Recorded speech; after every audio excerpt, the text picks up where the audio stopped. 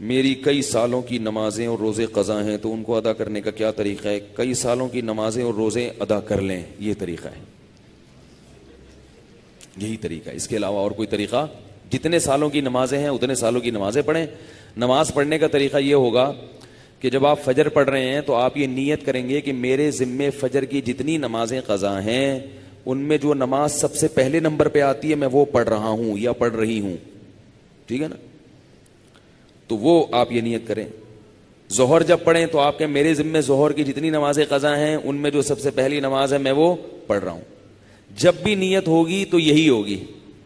جب آپ دوبارہ فجر پڑھیں گے پھر آپ یہی نیت کریں گے میرے ذمے فجر کی جتنی نمازیں ہیں ان میں سب سے پہلی نماز، کیونکہ وہ جو آپ نے پڑھ لی ہے نا وہ تو ذمے میں رہی نہیں ہے، نہیں یاری نا، وہ تو ذمے میں رہی نہیں ہے، تو وہ خود بخود دوسری نماز پہلے نمبر پہ آ جائے گی ان نمازوں میں جو آپ کے ذمے میں ہیں، سمجھ رہے ہو؟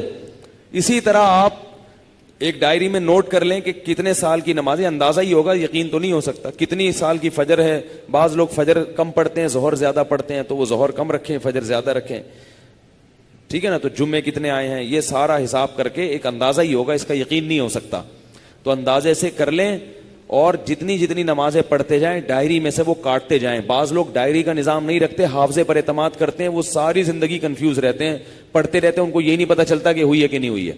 اس لیے حافظے پر اعتماد نہ کریں، ڈائری میں باقاعدہ نوٹ کریں اور جتنی نمازیں ہوتی جا رہی ہیں ان کو کاٹتے چلے جائیں، تو انشاءاللہ یہ نمازیں آپ کی امام مہدی کے آنے سے پہلے پہلے، جس اسپیڈ سے آپ پڑھ رہے ہیں اس میں تو یہی ہے کہ امام مہدی کے آنے سے پہلے پہلے یہ نمازیں آپ کی امید ہے کمپلیٹ ہو جائیں۔ تو بھائی 24 گھنٹے میں کم از کم ایک دن کی نماز لازمی پڑھو، ایک دن کی بھی نہیں پڑھ رہے تو پھر گناہ ہونے کا خطرہ ہے بہت سخت، اور ایک دن کی اگر پڑھ رہے ہو تو اگر موت آ گئی تو وصیت کر کے جاؤ، تو اللہ کی رحمت سے امید ہے اللہ تعالیٰ معاف کر دیں، کیونکہ انسان اس سے زیادہ کا مکلف نہیں ہے نا۔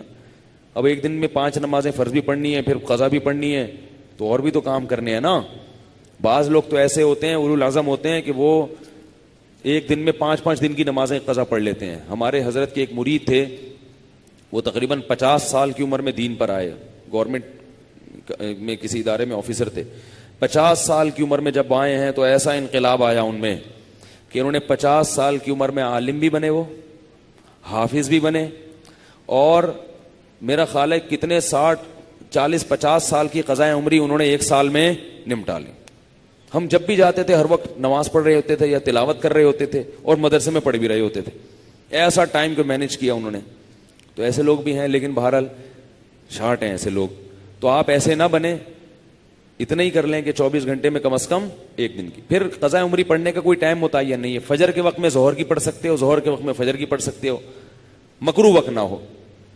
مکروہ وقت جو سورج نکلتے ہوئے، زوال کے وقت اور سورج غروب ہوتے ہوئے، فجر کے بعد بھی پڑھ سکتے ہیں، عصر کے بعد بھی پڑھ سکتے ہیں قضا، فجر اور عصر کے بعد نوافل تو نہیں پڑھ سکتے مگر قضاء عمری پڑھ سکتے ہو۔ وطر بھی پڑھنے پڑیں گے، احناف کے ہاں وطر کی نماز کیا ہے؟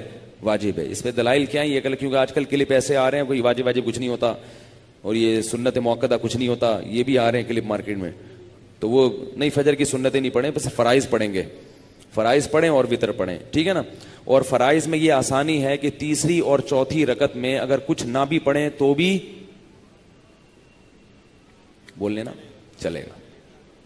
فرض کی تیسری رکعت میں 3 دفعہ سبحان ربی الاعلی کہنے کی بقدر کھڑے رہیں تو بھی نماز ہو جائے گی، ٹھیک ہے نا؟